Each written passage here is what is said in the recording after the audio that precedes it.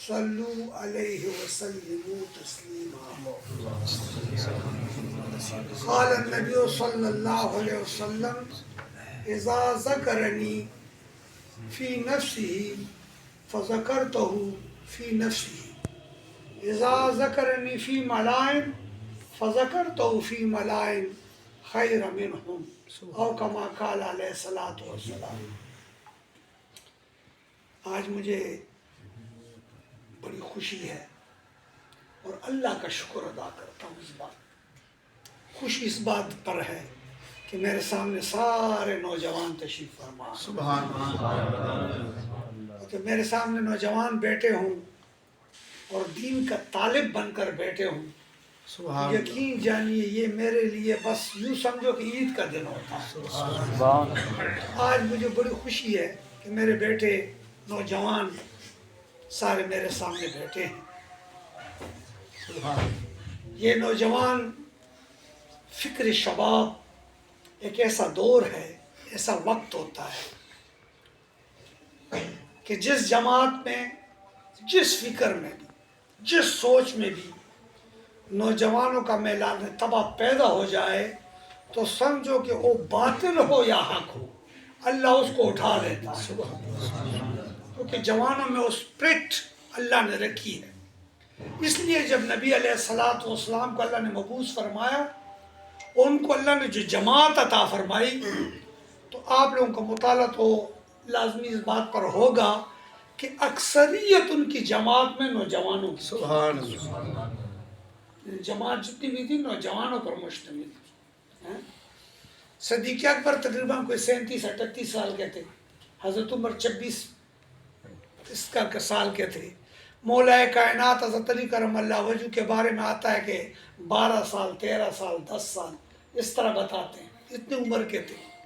تو گویا کہ وہ نوجوانوں کی ٹیم تھی، اس میں بزرگ بھی تھے لیکن اکثریت نوجوانوں پر مشتمل تھی۔ اس لیے اللہ کریم نے ان لوگوں سے ایسا کام لے لیا کہ ایک طرف رومی سپر پاور، دوسری طرف دوسری کیسرا کی سپر پاور، لیکن ان سے اللہ تعالیٰ نے ان بادنشینوں کو ان پہ غالب کر دیا۔ اور اس کی مین وجہ یہ تھی کہ اسٹریم پاور نوجوانوں کی تھی۔ ہاں جی، اگر ہم طارق بن زیاد کو دیکھتے ہیں، ہم محمد بن قاسم کو دیکھتے ہیں، ہم جتنی بھی ایک تاریخ دیکھیں تو جہاں بھی کوئی میدان مارا گیا ہے تو نوجوانوں کے ذریعے سے مارا گیا۔ تو مجھے جب بھی نوجوان میرے سامنے بیٹھتے ہیں اور وہ دین کے ناطے سے بیٹھتے ہیں تو یقین جانیے میں پھر سے جوان ہو جاتا ہوں اور سوچتا ہوں، جب میں مسجد جاتا ہوں نوجوانوں کی تعداد زیادہ دیکھتا ہوں، یقین جانیے میں سجدہ کرتا ہوں، رب کا شکر ادا کرتا ہوں کہ اللہ تو نے میرے نوجوانوں کو پھر محمدی دین کی طرف راغب کر دیا۔ اور یہ ایک ایسی تبدیلی آ رہی ہے، میں دیکھ رہا ہوں تبدیلی آ رہی ہے۔ تو آج میں آپ لوگوں کو خراج تحسین بھی پیش کرتا ہوں، اور میں آپ لوگوں کا یہ عمل قابل تحسین تو ہے ہی، قابل تقلید بھی ہے کہ اللہ ہمارے تمام نوجوانوں کو اس طرح کرنے کی توفیق عطا فرمائے۔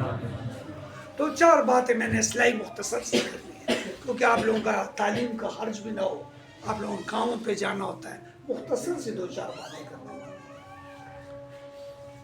قرآن کریم فرقان حمید کا جب ہم مطالعہ کرتے ہیں تو ایک سوال پیدا ہوتا ہے کہ قرآن کا موضوع کیا ہے۔ ہر کتاب کا ایک موضوع ہوتا ہے، ایک عنوان ہوتا ہے۔ تو اگر ہم سے کوئی پوچھے کہ قرآن کا عنوان کیا ہے، اس کا موضوع کیا ہے، تو جو محققین ہیں وہ کہتے ہیں کہ قرآن کا موضوع انسان ہے۔ کیا موضوع ہے؟ انسان۔ یہ انسان کے انٹرنل اور ایکسٹرنل معاملات پہ گفتگو کرتا ہے، یعنی انسان کی ظاہری زندگی کو بھی اور باطنی زندگی کو بھی، دونوں کے متعلق یہ گفتگو کرتا ہے اور دونوں کے متعلق یہ بتاتا ہے۔ جب آپ قرآن مجید کا مطالعہ کریں تو یہ انسان کا نیچر بیان کرتا ہے۔ کئی کہتے ہیں والعصر ان الانسان لفی خسر، اور یقیناً یہ انسان گھاٹے میں، خسارے میں، نقصان میں۔ کبھی کہتا ہے انہ ظلوما جہولا، یہ انسان بڑا جلباز ہے، بڑا جھگڑالو ہے. کبھی کہتا ہے انہ لحب الخیر لشدید، یہ انسان دنیا سے بڑا شدید محبت کرتا ہے. انسان کی نیچر پر گفتگو کرتا ہے. اور کبھی کہتا ہے والذین آمنوا اشد حبا للہ، اور جب یہ ایمان والے بن جاتے ہیں، انسان جب ایمان میں کنورٹ ہو جاتے ہیں تو پھر یہ اللہ سے عشق کرنا شروع کرتے ہیں، یہ اللہ کے محب بن جاتے ہیں. پہلے انسان، پھر انسان جب کنورٹ ہو جاتا ہے تو کہتے ہیں اس کی نیچر تبدیل ہو جاتی ہے، اس کی نیچر چینج ہو جاتی ہے، اس کی فطرت چینج ہو جاتی ہے. تو گویا کہ قرآن مجید ہماری نیچر کے مطابق، اس کے مطابق بتاتا. پھر قرآن مجید فرقان حمید ایک دوسری فکر دیتا ہے ہمیں، خصوصاً نوجوانوں کو. وہ فکر یہ دیتا ہے کہ ایک فطرتی مسئلہ ہے، ہر بندے کوئی علم نہ بھی رکھتا اس کو بھی یہ بات پتہ ہے کہ کوئی کام انسان بھی کرتا ہے تو بلا مقصد نہیں کرتا. بلا نہ ہم نے بلف لگائی، لائٹ لگائی، ہمیں پتہ تھا کہ یہ ہمیں اندھیرے میں روشنی دے. ہم نے پنکھا لگایا ہوا اس لیے کہ گرمی میں ہمیں ہوا دے. نہیں، کوئی بھی کام کوئی بندہ کرتا ہے تو اس کے بیچ میں اس کا ایک مقصد کار فرما ہوتا ہے. بلا کسی مقصد کے کوئی کام کوئی نہیں کرتا. تو اللہ ہمارے ذہنوں کو جھنجھوڑتا ہے کہ اگر تیری حکمت عملی ایسی ہے کہ کوئی کام بغیر مقصد کے نہیں کرتا تو میں نے بھی یہ کائنات بلا مقصد کیسے بنا دی. جب آپ کا کام بلا مقصد نہیں تو میں نے بھی پوری کائنات ایک مقصد کے لیے بنائی ہے. اس میں نباتات بھی ہیں، جمادات بھی ہیں، اس میں فلکیات بھی ہیں، ارضیات بھی ہیں، تمام چیزوں کو مقصد کے لیے بنا ہے. لیکن ان تمام چیزوں کا مقصد جو ہے وہ یہ ہے کہ وہ انسان کے نفع کے لیے بنائی گئی ہے. وہ ہے کہ ساری چیزیں انسان کی مقصد کے لیے بنائی گئی ہے. ہر چیز انسان کے لیے بنائی گئی ہے. وہ پھل فروٹ ہوں، وہ نباتات ہوں، وہ ہر چیز انسان کے لیے بنائی گئی ہے. تو اللہ پھر ذہن کو زور دیتا ہے کہ جب میں نے ہر چیز ایک مقصد کے لیے بنائی اور وہ تیری فلاح کے لیے بنائی، تیرے لیے بنائی، اب سوال پیدا ہوتا ہے کہ تجھے کس لیے بنایا. ایک سوال تو ہے نا کہ تو اشرف المخلوقات، جب ادنا چیزوں کو مقصد کے لیے بنایا تو اعلیٰ چیز کو بغیر مقصد کے کیسے بنا سکتا تھا. تو اللہ پھر انسان کو بیانتا ہے وَمَا خَلَقْتُ الْجِنَّ وَالْإِنسَ إِلَّا لِيَعْبُدُونَ، ہم نے انسان اور جنوں کو اپنی عبادت کے لیے پیدا کیا. کھیتیاں سرسبز ہیں تیری غذا کے واسطے، سب جہاں ہے تیرے لیے اور تو خدا کے واسطے. سب جہاں تیرے لیے ہے اور تجھے اللہ نے. اب مثال دے، آپ نوالا کھاتے ہیں، روٹی کھاتے ہیں، اب آپ یوں کھاتے ہیں. اب شیر کھاتا ہے تو گردن جو کھاتا ہے، بادشاہ ہے. کوئی بھی چیز کھاتا ہے اور سر جھکاتا ہے. لیکن انسان کو کہا کہ نہیں، تو نوالے کے لیے سر نہیں جھکائے گا، کیونکہ تجھے میں نے نوالے کے لیے پیدا نہیں کیا. تجھے میں نے نوالے کو بہم پہنچانے کے لیے اس ذات کے لیے بنایا. نوالے کے لیے تو نہیں بنا. نوالے کے لیے جانور گرتے ہوں گے، تجھے اللہ نے بامقصد زندگی عطا. اب تمام علماء کہتے ہیں کہ یہاں عبادت سے مراد کیا ہے. کہتے ہیں عبداللہ ابن عباس کی تفسیر ہے جو مشہور تفسیر ہے، تمام لوگ اس میں متفق ہیں. وہ کہتے ہیں کہ الا لیعبدون سے مراد یہاں یہ ہے الا لیعرفون، کہ میں نے انسان کو اپنی معرفت کے لیے بنایا. سبحان اللہ. کس لیے بنایا ہے؟ کس لیے بنایا ہے؟ معرفت کے لیے. معرفت کا کیا مطلب؟ اللہ کی پہچان. آپ پختو کے رحمان بابا بھائی رز دے تیرا پشمے کا اشپل خوابا خدای بکل یاد آئے خانہ خراب. اچھا مرد تماچی دی شخلا ماتا بیا پا کم اخلا بوا فما تخلق سنگ ویسنا، تو کہتے ہیں کہ ہم نے تمہیں پیدا کیا ہے. پشتوں کے ماں سے اس لیے بات کروں تاکہ یہ لوگ بھی سنتے جائیں.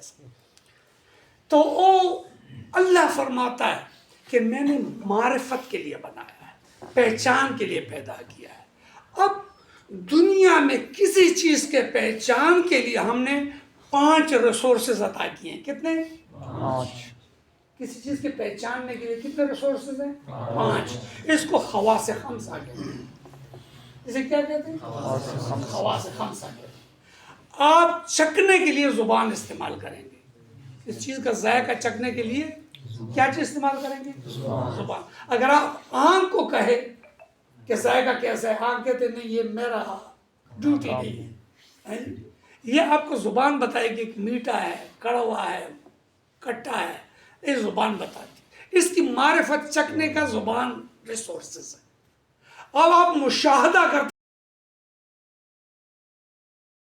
گورا ہے، کالا ہے، کیسا ہے، اس کی معرفت کے لیے اللہ نے ہمیں آنکھ عطا کی ہے. کیا عطا کی ہے؟ آنکھ عطا کی. سننے کی معرفت کہ یہ آواز جانور کی ہے، عورت کی ہے، مرد کی ہے، اس کی معرفت کے لیے ہمیں اللہ نے کان عطا کی ہے. سونگنے کی کہ بدبو ہے، خوشبو ہے، کس طرح کی ہے، اس کے لیے اللہ نے ہمیں ناک عطا کی. یہ ریسورسز ہے. دنیا کی چیزیں، اس 5 چیزوں میں ہر چیز آ جاتی ہے. یہ تمام ریسورسز ہیں کسی چیز کی معرفت کا حاصل کرنے کے. لیکن بات جب اللہ کی آ جاتی ہے، آنکھ کہتا ہے کہ میں بھی نہیں کر سکتا، ناک کہتی کہ اس کی خوشبو ہے نہیں، میں نہیں کر سکتا، زبان کہتی کہ میں بھی اللہ کی معرفت نہیں دے سکتا، کان کہتا ہے میں معرفت نہیں دے سکتا، وجدان کہتا ہے کہ میں بھی معافی چاہتا ہوں، میں بھی نہیں دے سکتا، عقل کہتا ہے کہ میں بھی وہاں سے ماری ہوں، میں بھی نہیں دے سکتا. یا اللہ تمام ریسورسز میں تو انکار کر دیا، اب کیا ہوگا؟ تو اللہ فرماتا ہے جب سارے ریسورس فیل ہو جائیں تو اللہ کہتا ہے میں نبوت کو پیدا کروں. اللہ کہتا ہے قل هو اللہ احد. اے محبوب، اے میرے محبوب، اے میرے رسول، آنکھ نے بھی انکار کر دیا، کان نے بھی انکار کر دیا، ناک نے بھی انکار کر دیا. اب اس کا ریسورس وہی ہے. کیا چیز ہے؟ وہی. وہ کہ رب کے معرفت کے ریسورسز ہمارے پاس نبوت ہے. اللہ کا نبی وہ ہمیں بتاتا ہے کہ اللہ ایک ہے. وہ کہتے ہیں کہ تو خیال میں تو آتا ہے، سمجھ میں نہیں آتا، بس جان گیا میں تیرے پہچان یہی ہے. جان گیا میں تیرے پہچان یہی. اب یہ جو نبوت ہے، ہم اس کی بارگاہ میں جائیں گے، یہ ہمیں اللہ کا معرفت عطا فرمائے. جب ہمارا تعلق نبوت کے ساتھ قریب ہو جائے، اس لیے اللہ تعالیٰ بندوں کو نبی کے قریب کرتا ہے، نبی کی محبت کے حوالے سے، نبی کی اطاعت کے حوالے سے، کہ تم اطاعت بھی اس کی کرو، محبت بھی اس کی کرو. کیونکہ اگر میری بارگاہ تک پہنچنا چاہتے ہو تو چھت پہ چڑھ سکتا نہیں کوئی بزینہ چھوڑ کر، اور خدا کو پا سکتا نہیں کوئی مدینہ چھوڑ کر. اللہ کو پانے کے لیے آخر نبوت کا دروازہ بخدا خدا کا ہے یہی گھر، نہیں کوئی اگر کہ اگر اللہ تک پہنچنا چاہتے ہو تو نبی کی بارگاہ میں. اس لیے میرے دوستو، نبوت ہمارے لیے اللہ کی توحید کا زینہ ہے.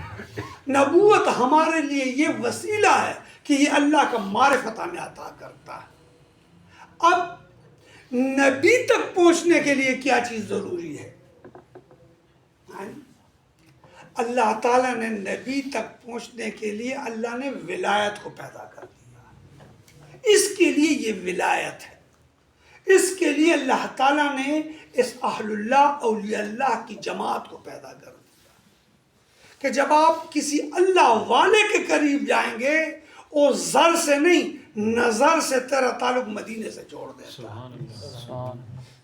پیر مریدی کا خلاصہ یہ ہے کہ یہ آپ کو نبی کی معرفت عطا کرتا ہے، نبی کی محبت کی بازار میں تجھے لے کے جاتا ہے، اور جب آپ نبی کی بارگاہ میں پہنچ جاتے ہیں تو پھر آپ اللہ کی بارگاہ میں پہنچ جاتے ہیں۔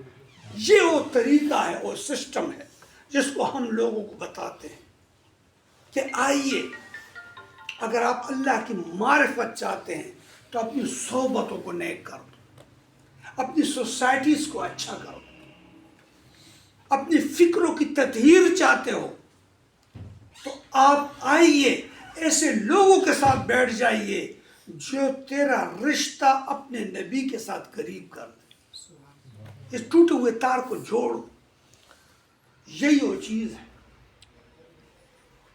اس لیے میرے دوستو، اگر ہم لوگ اس وقت جو ہمارے لیے سب سے بڑا مسئلہ بنا، اب سوشل میڈیا، اب ولاگ کے ہر بندہ ولاگ پہ بیٹھا ہوا ہے، ہر بندہ سوشل میڈیا پہ بیٹھا ہوا ہے، ہر بندہ گفتگو کر رہا ہے، اور یاد رکھو ہمارے بزرگ فرماتے ہیں کہ جب گفتگو زیادہ ہو جائے تو جستجو دم توڑ دیتی ہے، جستجو ختم ہو جاتی ہے، گفتگو میں لوگ الجھ جاتے ہیں، جو لوگ صرف گفتگو میں الجھ جاتے ہیں اس جستجو ہاتھ چھوڑ دیتے ہیں۔ آٹے میں نمک زیادہ ہو جائے وہ کھانے کا نہیں رہتا۔ ہمارے ہاں گفتگو زیادہ، باتیں زیادہ ہو گئی، اور میرے آقا نے فرمایا کہ جو چپ رہا اس نے نجات حاصل کر لی۔ چپ میں فائدے ہیں، اس لیے نوجوانوں کی ڈائریکشن کو خراب کرنے والے زیادہ ہیں، اور نوجوانوں کی ڈائریکشن کو درست کرنے والے کم ہیں۔ اس لیے میرے دوستو، ہم کالجوں میں، یونیورسٹیوں میں نوجوانوں کے پاس جاتے ہیں کہ نوجوان اپنی زندگی برباد نہ کر، آ جا کوئی اچھی صحبت اختیار کر، اچھے لوگوں کے ساتھ بیٹھ، اچھی سوسائٹی اختیار کر۔ یاد رکھو ایک بزرگ کعبے میں بیٹھا ہے، غلاف پکڑا ہوا، یا اللہ میرے دوستوں کو نیک بنا، یا اللہ میرے دوستوں کو نیک بنا۔ کسی نے کہا کہ کعبے آئے ہو، اتنا پیسہ خرچ کیا، اپنے لیے مانگ۔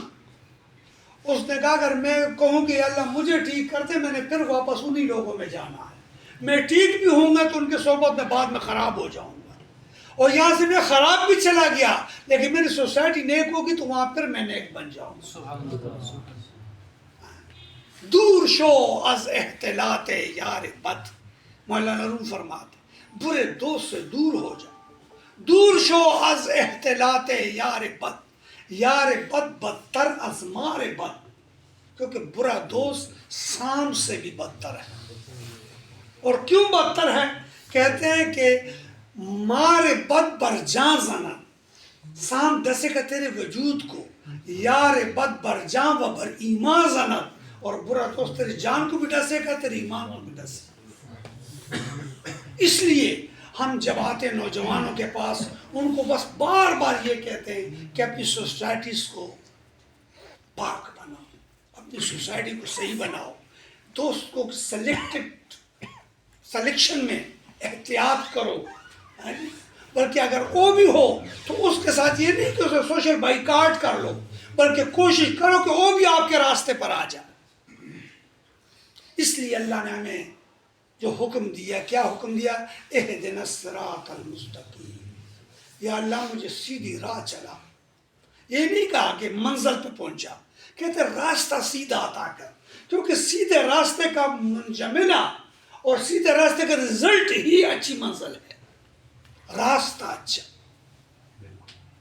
راستہ اچھا حق والا ہو، جدوجہد کرو، کوشش کرو، باقی منزل پہ پہنچانا رب کا کام ہے اور تیرا کام نہیں ہے۔ منزل پر نہ پہنچ، اگر تو اچھے راستے پر ہے سمجھو کہ بس اللہ نے آپ پر احسان کر دیا، آپ پر مہربانی کر دی اور آپ کو معرفت تک بھی لے گیا۔ اس لیے میرے دوستو، مولانا روم نے ایک بات کی، بس یہ کر کے میں ختم کرتا ہوں۔ مولانا روم نے لکھا کہ ایک دفعہ گڈریا تھا، اس نے ایک شیر کا بچہ پالا ہوا تھا، اور شیر کا بچہ بیڑوں میں چرتا تھا، بیڑوں کی ریوڑ میں، اور ریوڑ جو بیڑوں کا ریوڑ ہوتا ہے اس میں چرتا تھا. اچھا جس طرح بیڑ چارہ کھاتے تھے وہ شیر بھی اس طرح کھاتا تھا. وہ شیر بھی انہیں کے ساتھ چرتا تھا, بچہ تھا ان کے ساتھ بڑا ہو رہا تھا کہ اچانک اس گلے پر ایک دن شیر نے حملہ کر دیا. جب اس گلے پر شیر نے حملہ کر دیا تو بیڑیں بھاگ رہی ہیں لیکن ساتھ وہ شیر بھی بھاگ رہا ہے. وہ بھی کہتا شیر آیا شیر آیا, بیڑے بھی کہتے شیر آیا شیر آیا, وہ شیر بھی ساتھ بھاگ رہا ہے. مولانا فرماتے کہ شیر کو یہ بات اچھی نہیں لگی کہ میرے قبیلے کا بندہ اور بیڑوں کے طرز پہ چل رہا ہے, قبیلہ غلط ملا ایسے. کہتے شیر نے ایسا کیا, بیڑوں کو چھوڑ کر شیر کے پیچھے ہی لگ گیا اور جا کر اس کو گردن سے پکڑ, اور گردن سے پکڑ کر کہتے نہر کے کنارے لے آئے, خود بھی پانی پینے لگا اور اس کو بھی پلانے لگا. جب شیر نے بچے نے پانی میں دیکھا, اپنے آنکھوں کانوں کو دیکھا, اس کے کانوں کو دیکھا, اپنے سون کو دیکھا, اس کے سون کو دیکھا, اپنے ناک کو دیکھا, اس کے ناک کو دیکھا, اس نے کہا بندہ تو اپنا اپنا لگتا ہے, یہ بندہ تو کوئی میرے قبیلے کا لگتا ہے. کہتے جو ہی وہ بچہ بار بار ریسرچ کرنا, جب دیکھا کہ نہیں یہ تو میرے, اس بچے نے اس شیر پہ حملہ کر دیا. جب اس بچے نے شیر پہ حملہ کر دیا نا تو کہتے شیر نے اسے چھوڑ دیا. اس نے کہا میں چاہتا یہی تھا کہ تو بیڑ نہ بنے, تو میرے قبیلے کا ہے, تجھے قبیلہ غلط مل گیا تھا, اس لیے میں تجھے اس قبیلے سے نکال کر اپنے قبیلے لے کے جانا چاہتا ہوں. بزرگ فرماتے ہیں یہ اللہ والے اس لیے بازاروں میں کرتے ہیں, ہاسٹلوں میں جاتے ہیں, ادھر ادھر جاتے ہیں کہ ہو سکتا ہے اس کے قبیلے کا کوئی بندہ وہاں بیٹھا ہو اور اس کو قبیلہ غلط ملا ہو, اور اس کو کہہ کہ نہیں تو اس قبیلے کا ہے, اس قبیلے کا نہیں ہے, جی آ جا ہمارے ساتھ تاکہ تجھے اس شیر والی زندگی عطا فرمائے. تو کہتے یہ اللہ والے بھی اس لیے کرتے ہیں کہ ہو سکتا ہے کسی کو غلطی سے قبیلہ غلط ملا ہو لیکن کوالٹیز دوسرے پاتے ہو, کسی ولیوں کی ہو, نبیوں کی ہو, لیکن اس کو قبیلہ غلط ملا ہو, وہ نہ ہو, تاکہ اس کی آنکھیں روشن کر دیا جائے. اس لیے مولا کائنات نے فرمایا وَمَنْ عَرَفَ نَفْسَهُ فَقَدْ عَرَفَ رَبُّهُ, جس نے اپنے آپ کو پہچان لیا اس نے رب کو پہچان لیا. جس پر اپنا آپ کھل گیا اس پر رب کی راز کھل گئی. معرفت کھلتا تبھی ہے جب اپنا آپ کو آپ پہچان لیں کہ میں کیا ہوں, میں کیا ہوں. آئیے آج ہم آپ کے پاس آئے ہیں, اسی لیے آئے, ایک دعوت لے کر آئے, ایک سوچ لے کر آئے ہیں کہ دین کا کام فرد واحد نہیں کر سکتا, ہم مل کے کر سکتے ہیں. ہو سکتا ہے کہ آپ کی سوچیں مجھ سے اچھی ہوں, ہو سکتا ہے مجھ سے آپ میں کچھ کوالٹیز زیادہ ہوں, لیکن اس کو پالش کرنے کی ضرورت ہو. اس لیے ہم جگہ جگہ منیب صاحب نے ہمیں کہا کہ وہاں اس طرح پروگرام ہے, میں بڑا خوش ہوا. میں نے کہا اگر ہمارے ضروری کام بھی ہو تو وہ چھوڑ کر ہم وہاں جائیں گے تاکہ یہ میسج ان کو کنوے کر دیں اور ان کو بتا دیں کہ آؤ دیگر قبیلوں کو چھوڑ کر یہ ولیوں کے قبیلے کو حاصل کرو, اللہ والوں کا قبیلہ اختیار کرو. اس لیے اقبال نے بھی کہا خرد کی گتیاں سلجھا چکا ہوں, یا الہی مجھے صاحبی جنوں کر اور مجھے شریک زمرہ لا یحزنوں کر. یا اللہ کتابوں سے تنگ آ گیا ہوں, اب مجھے دیوانوں کے ساتھ ملا کر اللہ والوں میں شامل کر, اللہ والوں میں شامل کر. اس لیے اقبال نے نوجوانوں کو سمجھانے کے لیے کہا ہے. خیرت کی دوسری شعر میں کہا ہے کہ نگاہ الجھی ہوئی ہے رنگ و بو میں. کہ نوجوان اس شعر کو سن لیں. نگاہ الجھی ہوئی ہے رنگ و بو میں, خرد کو گیا ہے چار سو میں. جب نگاہ رنگ و بو میں الجھ جائے, خرد عقل اس کو چھڑانے کے لیے پیچھے چلی جاتی. بندہ خرد سے بھی خالی ہو جاتا ہے, نگاہ سے بھی خالی ہو جاتا ہے, اور رنگ و بو میں الجھ جائے اور خرد اس کے پیچھے چلا جاتا ہے, بندہ خالی و ذہن ہو جاتا ہے. اب اقبال کہتا ہے علاج کیا ہے؟ اقبال علاج بتاتا ہے. اے دل نہ چھوڑ فغانے صبح گاہی, اے دل صبح کا اٹھنا نہ چھوڑ, کبھی کبھی اٹھ جایا کر، یہ تیری نگاہوں کو رنگ و بو سے چھڑا کے لے آئے، کبھی کبھی رات کی تاریکیوں میں اٹھ جایا کر، سجدے پہ بیٹھ جایا کر اور اس اپنے حقیقی محبوب سے بات کرنا شروع کر، محبوب سے بات کرنا شروع۔ اس پہ مجھے بات آئی، میں مری میں اعتکاف میں بیٹھا ہوا تھا، ایک لڑکا میرے پاس آیا کہ آپ کے پاس وہ والا دم ہے وہ محبوب قدموں میں؟ کیا تو کوئی تعویذ وغیرہ ہو، کیا تو محبوب قدموں والا کوئی تعویذ ہے آپ کے پاس؟ تو میں نے اسے کہا کہ یہ تو محبوب کی توہین ہے کہ اس کو قدموں میں لایا جائے، عاشق کو محبوب کے قدموں میں لے کے جانا چاہیے۔ میں محبوب کو قدم میں لا تو میں محبوب ہی نہ ہوا، وہ تو خواہشات ہوئی۔ کہا کہ اس طرح مجھے محبت ہو کہ یہ ہو، تو میں نے اس کو ایک نسخہ بتایا، میں کہا اگر آپ کو کوئی تصویر مصور کی دکان میں پسند آ جائے اور مصور نہ دینا چاہے تو کیا کرو؟ تم مصور کی خدمت میں لگ جاؤ، اور مصور کے پاؤں دباؤ، اور مصور کے کام میں لگ جاؤ، آپ سے ایک دن خوش ہو جائے گا، آپ کو کہے گا جو تصویر پسند ہے لے جاؤ۔ میں کہا یہ ساری تصویریں اس مصور کی ہیں، جو بھی تصویر پسند آ جاؤ اس مصور کے آسش دریز ہو جاؤ، جو چاہیے آپ کو مل جائے، تعویذوں کے پیچھے مت کرو، اس مصور کے قدموں میں آ جاؤ۔ اے میرے دوستو، سب کچھ مل سکتا ہے اگر ہم رب کے قرب میں آ جائیں، ہم اللہ کے قرب میں آ جائیں۔ اور اقبال نے کہا کہ محمد سے وفا تو نے تو ہم تیرے ہیں، یہ جہاں چیز ہے کیا لوہ قلم تیرے ہیں۔ اللہ